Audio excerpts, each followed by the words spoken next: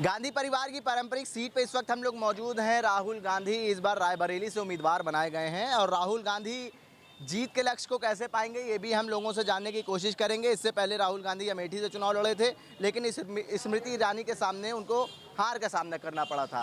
इस बार दिनेश प्रताप सिंह हैं उनके सामने और राहुल गांधी वायनाड और रायबरेली दोनों से चुनाव लड़ने जा रहे हैं और रायबरेली की जनता हमारे साथ है, उनसे भी बात करेंगे कि क्या कुछ यहाँ का माहौल है, क्योंकि इस बार जो बहुत हॉट सीट मानी जा रही है, पहली बार राहुल गांधी रायबरेली से चुनाव मैदान में उतरे हैं।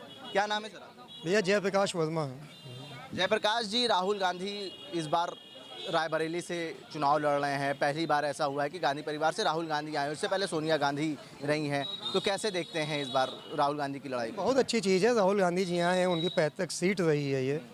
पहले यहाँ से फिरोज गांधी साहब रहे, फिर उसके बाद में इंदिरा गांधी जी रहीं, फिर राजीव गांधी थे, सोनिया गांधी रहीं, अब राहुल गांधी जी यहाँ हैं। अच्छी बात है, मगर रायबरेली को जितना विकास मिलना चाहिए एक पीएम सीट होने के नाते, यहाँ से प्राइम मिनिस्टर चुने जाते थे, उतना विकास रायबरेली का हो नहीं पाया। ये एक दुख झेलना पड़ रहा है। बाकी कुछ अच्छी चीज़ें हो रही हैं इस सरकार में भी, जैसे कि हमारे यहाँ का रेलवे स्टेशन था, अभी तक इतनी समय तक पीएम सीट रही है सोनिया गांधी जी की। 2 ही प्लेटफॉर्म केवल चलते थे, अब कम से कम 5 प्लेटफॉर्म चल रहे हैं, एस्केलेटर लगा हुआ है। तो यही सब आज की जनता का मेन मुद्दा है। शिक्षा, रोजगार, चिकित्सा, व्यवसाय, ये सब ठीक ठाक चलता था, बस और क्या है। आम जनता को इसी सब चीज़ों से मतलब है। राहुल गांधी के सामने दिनेश प्रताप सिंह हैं, कैसे देखते हैं उनकी चुनौती को? भाई पिछली बार भी दिनेश सिंह जब लड़े थे यहाँ से चुनाव, तो इनकी माता जी सोनिया गांधी जी यहाँ से लड़ी थी, तब उनकी जीत का अंतर काफ़ी कम हो गया था। अब इस बार भी कहीं ना कहीं भाजपा की लहर तो है ही है, मगर ये था कि उतने प्रचंड जब बीजेपी की लहर चल रही तभी ये सीट बचा ले गई थी सोनिया गांधी, तो आज भी उसका असर रहेगा, मगर इतना नहीं है।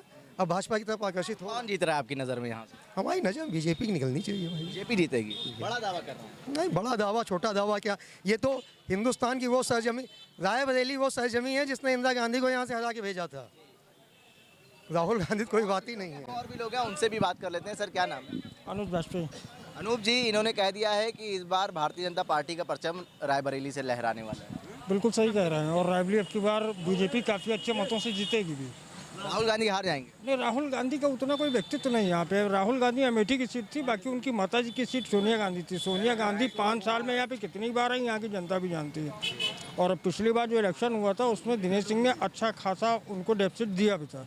तो सोनिया गांधी के कार्यकाल से आप नाखुश नजर आ रहे हैं? बिल्कुल नहीं, उस हिसाब से विकास नहीं हुआ जिस हिसाब से हम लोगों ने पूरा सपोर्ट किया था, उस हिसाब से विकास नहीं हुआ। क्या कह रहे हैं आप? जीत का प्रमाण पत्र तो लेने आई नहीं सोनिया गांधी जी 6 साल में। जनता किसको नेता चुनती है ये बताइए आप। जनता नेता उसको जिसके ऊपर विश्वास होता है, दुख सुख में खड़ी हो जाएगी शाम सुबह जा करके। क्या राहुल गांधी के पास किसी का नंबर होएगा इस रायबरेली में कि वो मौका पड़ने राहुल गांधी या सोनिया गांधी जी से बात कर सके? तो आदमी स्थानीय चुने, जिसके बाद रात को भी खड़ा हो, दिन में भी खड़ा हो। के बाद जनप्रतिनिधि था केएल शर्मा, वो भी अब की बार संसद का इलेक्शन लड़ा, लोकसभा का इलेक्शन लड़ा अमेठी में। तो अब इनका रायबरेली में कोई जनप्रतिनिधि भी तो नहीं बचा है कि जिसके पास हम जाएं, हम अपनी बात उससे कह सकें। अच्छा, आप पत्रकार हैं, आपका सवाल पूछने अच्छी बात है। हमारा सवाल राहुल गांधी से है कि जब वायनाड का चुनाव खत्म हुआ, तो जब वो यहाँ आए थे तो यहाँ आने के एक दिन पहले उन्होंने कहा कि वायनाड तो मेरा घर है, उसे तो मैं कतई नहीं छोड़ूंगा। इसका मतलब फिर एक बार रायबरेली जनता चली जाएगी, उन्हें चुनो। उस सवाल कर रहे हैं आप राहुल गांधी? है, उसके बाद उनको चुनो और उसके बाद में वो रायबरेली छोड़ देंगे। सोनिया गांधी भी तो कहती हैं कि हमारा परिवार है रायबरेली। वो परिवार कितना है सब हम लोग देख रहे हैं। यहीं की पैदाइश से 38 साल की उम्र हो गई है, ठीक है ना। जो विकास रायबरेली का होना चाहिए वो नहीं हुआ और सारी मिलें बंद पड़ी हैं, चाहे शीना टेक्सटाइल हो, चाहे आपकी स्पिनिंग मिल हो, चाहे आपकी टायर फैक्ट्री हो और चाहे आपकी ITI हो। ठीक है, और लोगों से भी पूछ रहे हैं। सर क्या नाम? मेरा नाम मोहम्मद शहजाद खान। राहुल गांधी इस बार रायबरेली से चुनाव लड़ रहे हैं, कैसे देखते हैं? 5 लाख वोट से जीत रहे हैं। 5 लाख वोट से जीते हैं। कह रहे भारतीय जनता पार्टी का परचम लहराने वाला है रायबरेली सीट से। अब कहने वालों की जबान कोई पकड़ी आती है। 2 कमला तो आप ये दावा कर रहे हैं 5 लाख वोटों के अंतर से जीतेंगे राहुल गांधी? बेशक जीतेंगे, इसमें कोई शक नहीं है। राहुल गांधी बढ़िया नेता है, युवा नेता है, तमाम युवा उसके साथ खड़ा है। कह रहे हैं कि सोनिया गांधी अपनी जीत का प्रमाण पत्र भी लेने नहीं आई थी रायबरेली। ऐसा कुछ नहीं है, उसने अपने बेटे को जिम्मेदारी दी है ना, तो उनके बेटे निभाएंगे उनकी जिम्मेदारी। वायनाड से भी लड़ रहे हैं राहुल गांधी। तो क्या हुआ? अगर दोनों सीट से जीतते हैं तो क्या लगता है आपको, रायबरेली सीट को रखेंगे अपने पास या वायनाड वापस चले जाएंगे? रायबरेली रखेंगे वो, रायबरेली रखेंगे अपने पास। कैसे कर सकते हैं ये दावा? लो, राहुल जो कहता है वो करता है। शेर है वो, बोबर शेर। बब्बर शेर है, कह रहे राहुल गांधी बब्बर शेर है। अच्छी बात है। देखिए ये हमारे स्थानीय निवासी हैं, हमारे साथी हैं, ठीक है। सबका अपना अपना जनता का एक मत होता है, हर व्यक्ति एक दूसरी विचारधारा से प्रभावित होता है। ये राहुल गांधी की विचारधारा से प्रभावित है, बहुत अच्छी बात है। एक सवाल इनसे पूछ लें, रायबरेली में 5 साल में विकास हुआ? 5 साल में इतना विकास हुआ है कि जगह जगह गड्ढे हैं, इतना विकास हुआ है। तो ये तो कहीं ना कहीं सवाल निशान खड़ा करता है सोनिया गांधी के ऊपर। दरअसल जब राज्य में दूसरी सरकार होती है तो क्या करेगी, विकास नहीं हो पाया। विकास नहीं हो पाया।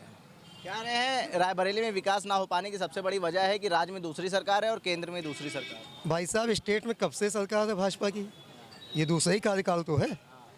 उसके पहले सोनिया गांधी यहाँ से क्या सांसद नहीं थी, किसी काम की नहीं होती है कि केंद्र में सरकार नहीं थी पिछले 40-50 सालों से, क्या कर दिया यहाँ के लिए। अगर मैं तो उदाहरण देता हूँ माननीय मुलायम सिंह स्वर्गीय मुलायम सिंह यादव जी का, इन्होंने छोटे से गाँव सफाई को आज मिनी अमेरिका बना दिया। वहाँ क्या नहीं है, अगर रायबरेली चाहते हैं तो रायबरेली आज अमेरिका बना होता। कि अगर चाहती सोनिया गांधी तो रायबरेली जो है वो मिनी अमेरिका बना होता है। अमेरिका तो 10 साल से ये बन तो गया है। 10 साल में बन तो गया है। 10 साल में अमेरिका बन गया रायबरेली। कौन आ रहा है भाई साहब, क्या नाम है आपका? प्रेम शंकर तिवारी, तिवारी जी, कौन आ रहा है रायबरेली से? बीजेपी बीजेपी जी। दिनेश प्रताप सिंह हरा पाएंगे राहुल गांधी को? 100%, कितने वोटों से? कम से कम 3-3.5 लाख वोटों वो से। कह रहे 5 लाख वोटों से राहुल गांधी विजयी बनेंगे। अरे वो सब कहने की बातें, हैं? सब कहने की बातें। क्या नाराजगी है कांग्रेस? कोई नाराजगी नहीं है। नाराजगी क्या, 5 साल से कोई विकास नहीं हुआ। आज करीब 5-20 साल से वो है सांसद यहाँ से सोनिया गांधी जी, क्या हुआ विकास? कुछ नहीं हुआ, कोई विकास नहीं हुआ। कोई विकास नहीं हुआ। कह रहे 20 सालों से। अच्छा, युवा है, उनसे भी बात करते हैं। क्या नाम है? सर अमूल शर्मा नाम है। अमूल जी, रायबरेली में कौन आ रहा है? राहुल गांधी खड़े हैं एक तरफ, एक तरफ दिनेश प्रताप सिंह। वोटर है दिल से, अब हो चुके हैं। पहले पॉजिटिव में थी बीजेपी हमारे, ठीक है, लेकिन धीरे धीरे जिस हिसाब का देख रहे हैं, मतलब 12th हो गया है, लोग मेरे दोस्त यार जो भी हैं वो बेरोजगार घूम रहे हैं, 7-7, 5-5 हज़ार की नौकरी कर रहे हैं, दिन भर दौड़ रहे हैं गत्ते से लेके। कहीं मेडिकल स्टोर में काम कर रहा है एक अच्छा खासा लौंडा, BA BSc करा हुआ, तो कहीं ना कहीं नॉर्मल जॉब ही कर रहा है। मतलब रोज़गार का कोई संसाधन नहीं दिख रहा है, रोज़गार ही सबसे बड़ी प्रॉब्लम है। तो इसका कुछ करना चाहिए, जैसा कि आप सभी लोग देख रहे हैं। तो इस टाइम से युवा जो है वो भारतीय जनता पार्टी के कार्यकाल से नाखुश है। ऐसा ही आप समझ लीजिए, मंदिर ही नहीं सब कुछ होता है। जी सब कुछ नहीं होता है। जी, बड़े बड़े दावे कर रहे हैं, कह रहे हैं युवा जो हैं वो नाराज हैं क्योंकि रोजगार कहीं ना कहीं मुहैया कराने में भारतीय जनता पार्टी नाकाम है। तो भारतीय जनता पार्टी पहले सब IAS और PCS थे, केवल बीजेपी ने आकर के सबका रोजगार छीन लिया। उसके पहले सब IAS होते थे यहाँ। रोजगार छीना नहीं है मेरे हिसाब से, सुनिए, रोजगार नहीं छीना है, रोजगार दिया नहीं है। रोजगार की देने की जो संख्या है वो बहुत ही कम है बीजेपी की। भारतीय जनता पार्टी की जो रोजगार देने की परसेंटेज है वो बहुत कम। कितनी उम्र है अब? सर मेरी अभी 18-17 साल ऐसा ही है सर। तो वोट डाला है अभी तक? सर अभी हमारी वोट आया ही नहीं है, लेकिन आएगी तो ऑब्वियसली कांग्रेस को ही देंगे। ये हाल है। युवा जो है बोलने को तैयार हैं, लेकिन जब कह रहे हैं, बात उनसे करते हैं कि अभी तक वोट डाला है, तो वो कह रहे हैं नहीं, लेकिन जब भी वोट डालने का मौका आएगा तो कांग्रेस को ही वोट डालेंगे। इस वक्त हम लोग सोनिया निवास पे हैं और यहाँ पे तमाम जो संगठन के पदाधिकारी हैं वो अंदर जा रहे हैं और बैठक चलेगी और आगे की रणनीति तय होगी। अभी प्रियंका गांधी यहाँ पे आई हैं। चुनावी जो माहौल है वो रायबरेली का और गर्म हो चुका है। आपको दिखाते हैं किस तरीके से यहाँ पे जो पदाधिकारी हैं वो अंदर जा रहे हैं। यहाँ पे आशीष द्विवेदी जो हैं वो भी कांग्रेस के पदाधिकारी हैं, उनसे भी बात करेंगे कि प्रियंका गांधी, आशीष जी, प्रियंका गांधी आ चुकी हैं, संगठन की बैठक होने वाली है, कुछ महत्वपूर्ण फैसले भी हो सकते हैं? कोई महत्वपूर्ण फैसला नहीं है। चुनाव के संदर्भ में जो भी संगठन द्वारा तैयारियां की गई हैं उसका खाली उनके द्वारा निरीक्षण करना है। अगर उनको उसके उपरांत कोई निर्देश देने होंगे तो वो संगठन को देंगी और उसके बाद कल से चुनावी प्रक्रिया प्रारंभ हो जाएगी। बहुत लंबा स्टे है, 1 हफ्ते का स्टे है रायबरेली और अमेठी में। क्या कुछ मतलब तैयारियां हैं, रैली, जनसभाएं और जनसंपर्क कैसे? तीसरे चरण के चुनाव के लिए, 5वें चरण के चुनाव के लिए उन्होंने भुएमऊ अपना एक सेंटर पॉइंट बनाया है। यहाँ से वो रायबरेली, अमेठी के साथ साथ अन्य अगल बगल के जनपदों को भी ध्यान देंगे। इसीलिए ये भुएमऊ बना, ये उनका घर है, इससे अच्छी जगह उनके पास और कौन सी होगी, इसलिए यहाँ पर है वो। और क्या कुछ उम्मीद लग रही है, क्योंकि प्रधानमंत्री की दावेदारी करने वाले राहुल गांधी रायबरेली से लड़ रहे हैं। सामने दिनेश प्रताप सिंह हैं, वो भी मंत्री हैं भारतीय जनता पार्टी में। देखिए, मंत्री और प्रधानमंत्री हमारे लिए कोई मायने नहीं रखता।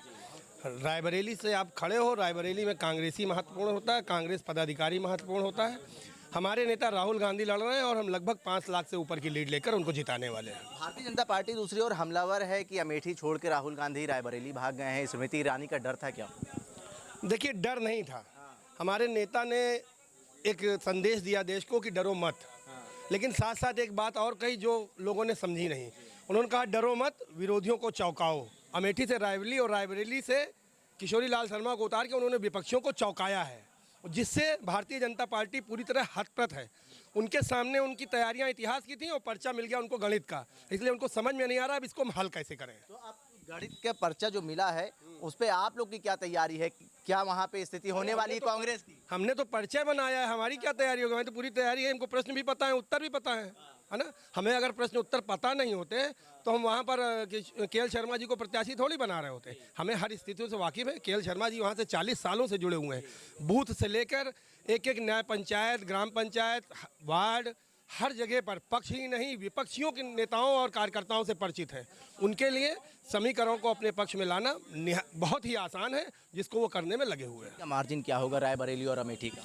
रायबरेली हमने बताया हम 4 से 5 लाख से जीतने वाले हैं और लगभग अमेठी की हम बहुत अच्छी स्थिति नहीं कह सकते, क्योंकि वहाँ पर उम्मीद थी गांधी परिवार आएगा। अचानक से कांग्रेस पार्टी के शीर्ष नेतृत्व ने जनता के साथ साथ विरोधियों को भी चौंका दिया, लेकिन हम 1 से 1.5 लाख वोटों की लीड लेकर वहाँ पर जीतने वाले हैं। ठीक है, बहुत शुक्रिया बात करने के लिए। हमारे साथ आशीष द्विवेदी जी थे, पदाधिकारी हैं कांग्रेस के।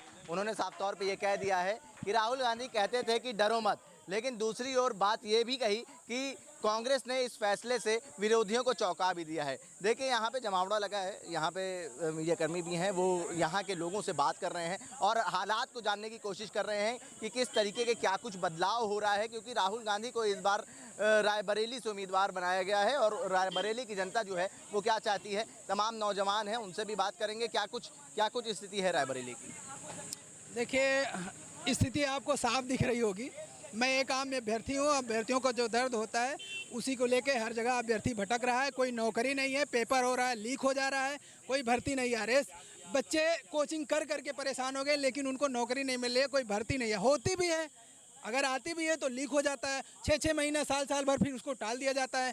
फिर बच्चे इस तरह से ओवरएज हो जाते हैं। बहुत सारा दर्द है। अब की बार चुनाव इसी पे होगा, रोजगार पे होगा, शिक्षा पे होगा, चिकित्सा पे होगा, इसी पे होगा रोजगार। और मोदी जी कहते हैं हर जगह इस समय गारंटी लिए घूम रहे हैं, हर जगह गारंटी की बात कर रहे हैं। कहते हैं हम ओबीसी एससी के आरक्षण की बात करते हैं, हम उनका आरक्षण जो है अगर कहीं सुरक्षित है तो वो सिर्फ भाजपा में है। मैं उनको बताना चाहूँ कि वो झूठ बोल रहे हैं। प्रधानमंत्री जी भी झूठ बोल रहे हैं और योगी जी भी झूठ बोल रहे हैं। मैं अभ्यर्थी हूँ 69,000 शिक्षक भर्ती का, ठीक है। 6800 लिस्ट योगी जी के द्वारा निकाली गई, उन्होंने चोरी स्वीकार की। उसके बाद भी 640 दिन हम लोग लखनऊ के इको गार्डन मरते रहे। आप भी गए थे, आपको भी मैं पहचान रहा हूँ, आप गए थे, आप कवर किए थे अच्छे से। मेरा नाम अमित मौर्य है, ठीक है। उसके बाद 640 दिन में लाठियाँ खाए, भाजपा कार्यालय पर से जात सूचक गालियाँ दी गई, जूतों से मारा गया, बसों में ठूंस के भर दिया गया। केशव प्रसाद मौर्य जिनको आगे कर देते हैं, समाज का ठेकेदार बना देते हैं कि वोट ये ले आएंगे, अनुप्रिया पटेल, ये लोग न्याय नहीं दिला पाई हम लोगों को। 640 दिन वहाँ से हम लोग रोते बिलखते यहाँ चले आए, लेकिन न्याय नहीं। प्रयास तो करा उन्होंने, ऐसा इतने साल से, इतने दिन से, 640 दिन से प्रयास कर रही हैं। वो सिर्फ गुमराह कर रही हैं, ठीक है। वो सिर्फ अब चुनाव के टाइम वो आई हैं, यहाँ कहेंगे कि हम आपके समाज के हैं, हम आपके भाई हैं, आपके बहन हैं, हमको वोट दीजिए। उसके बाद लोग गुमराह हों। क्या रिस्पांस रहेगा आप लोग का? बिल्कुल जनता इसका जवाब देगी, युवा इसका जवाब देगा, जाहिर सी बात है। अब हम खुश थोड़ी ना है जो हम वोट जाके दे देंगे। भाई अगर हमें नौकरी दे दिए होते, हम 640 दिन से वहाँ रो रहे हैं, वहाँ हम लोग भटक रहे हैं सड़कों पे, गालियाँ खा रहे हैं और हम खुश हैं। हम खुश नहीं हैं। ये सिर्फ ये आप खुश नहीं, लेकिन भारतीय जनता पार्टी तब भी कह रही है कि इस बार 400 पार। अरे तो कोई अगर लड़ता है चुनाव तो ये कहता है क्या कि मैं हार रहा हूँ, ऐसा थोड़ी ना कहता है। 400 वो तो हम तो कह रहे हैं कि वो 543 पार कर देंगे। अब की क्या हो जाएंगे? क्या कहने और करने में करनी और कथनी में अंतर होता है। वो कुछ नहीं कर पाएंगे, अब की उनकी हालत खराब है, ठीक है। जवानों के बीच जो मुद्दे हैं वो साफ तौर से बेरोजगारी और महंगाई का मुद्दा है, जिसपे इन्होंने खुद भी अपना दर्द जाहिर करा है। इन्होंने कहा है कि 69,000 शिक्षक भर्ती का मैं अभ्यर्थी रहा हूं और कई दिन मैंने लखनऊ में भी धरना दिया है, लेकिन कोई सुध बुध लेने वाला नेता सामने नहीं आया। क्या नाम है सर? सर मेरा नाम राघवेंद्र सिंह है। सबसे पहले तो मैं जनता को सर झुका के नमस्कार करता हूं, ताकि ये जनता मेरे देश के साथ अच्छा निर्णय ले। देखिए, अच्छा निर्णय कहाँ नजर आ रहा है आपको? अच्छा निर्णय हमको माननीय राहुल गांधी जी के प्रांगण में नज़र आ रहा है, जो हमारे देश के गरीबों के लिए हमेशा हित का काम किए हैं। रायबरेली में आप जो भी कुछ देख रहे हैं, ये रोड से लेकर के लाइट, बिजली का पोल जितना देख रहे हैं, इस सारी व्यवस्था उनकी है। यहाँ पर यम से खुला हुआ है, जहाँ की अच्छे अच्छे डॉक्टर रह रहे हैं, उन मरीजों का ट्रीटमेंट हो रहा है काफ़ी अच्छे ढंग से। तो ये सब हमारे माननीय नेहरू परिवार की देन है। तो वो कह रहे हैं, भारतीय जनता पार्टी और नरेंद्र मोदी खुद कह रहे हैं कि पूरे विश्व में भारत का परचम लहराया है भारतीय जनता पार्टी ने। जुमलेबाज, ठगहार है। गब्बर सिंह से ज़्यादा भी खतरनाक डाकू है वो। जिस तरीके से शोले फिल्म में आप लोगों ने देखा था, उनसे भी खतरनाक डाकू देश के वासियों के लिए है। हमारे देश के नौजवानों का कमर तोड़ा, किसानों का कमर तोड़ा, और जाकर के हमारे देश के उन सैनिकों का कमर तोड़ा जो बेचारे 4 साल के लिए केवल सैनिक में जा रहे हैं। आज सेना में केवल 4 साल के लिए आंखों से आंसू छलक जाते हैं जब बेटा इतना भारी कंपटीशन करके 4 साल के लिए जाता है बैग उठा करके घर से। बाप नौकरी करता रहता है और बेटा जो है पेंशन चलाता है। कहाँ से श्रेय मिलेगा मोदी जी को? एक पॉइंट तो दीजिए मुझे आप। राम मंदिर बनवा दिया। राम मंदिर में क्या ऑपरेशन होगा एक पेशेंट का? धारा 370 हटवा दिया। उत्तराखंड में यूसीसी लागू हो गया। वो बस वही काम करते हैं जिससे जनता का कोई लाभ ना हो।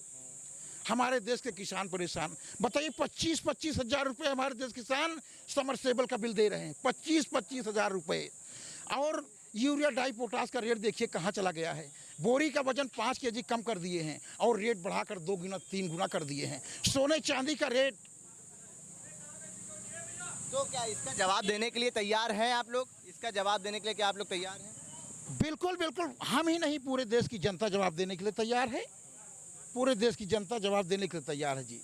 पूरे देश की जनता जवाब देने के लिए तैयार है जी। और मोदी जी का पत्ता इस बार साफ है। ज़्यादा से ज़्यादा 125 सीटों के अंदर सिमट जाएंगे। अब इनका जुमलेबाजों की सरकार चलने वाली नहीं है। लोग तो कह रहे हैं मोदी जी के चेहरे पे वोट देंगे। मोदी जी का चेहरा कब तक चलेगा? चेहरा चमकाने से हमारे देश की जनता काम थोड़ी चलता है जी। अब ठीक है, अब मैं यहाँ पे अपनी चर्चा को खत्म करना चाहता हूँ। क्या नाम है? राजू अवस्थी नाम भाई साहब। राजू जी, राहुल गांधी जो कि प्रधानमंत्री के दावेदार हैं, इस बार उम्मीदवारी पेश कर रहे हैं रायबरेली से। क्या स्थिति है? क्योंकि सामने भारतीय जनता पार्टी के सरकार के, उत्तर प्रदेश सरकार के मंत्री हैं दिनेश प्रताप सिंह। क्या कुछ माहौल है? 80-20 का आंकड़ा है यहाँ पे। 80-20 का आंकड़ा? यस, 80% राहुल गांधी है, 20% अनदर है। उसमें सब हैं जितने भी हैं, 80% राहुल गांधी हैं भाई साहब। डेट श्योर, मतलब आप इसका आंकड़ा लगा लीजिएगा, जनमत से आप पता कर लीजिएगा। 80% राहुल गांधी, 80%। सड़कों पे गए तो जनता नाराज भी दिखी। सोनिया गांधी अपने कार्यकाल में एक बार भी रायबरेली नहीं आई।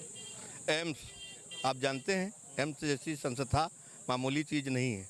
आना जाना यहाँ चाहे रोड लगा रहे, लेकिन आपको दे न सके जनता को, क्या मतलब आने का।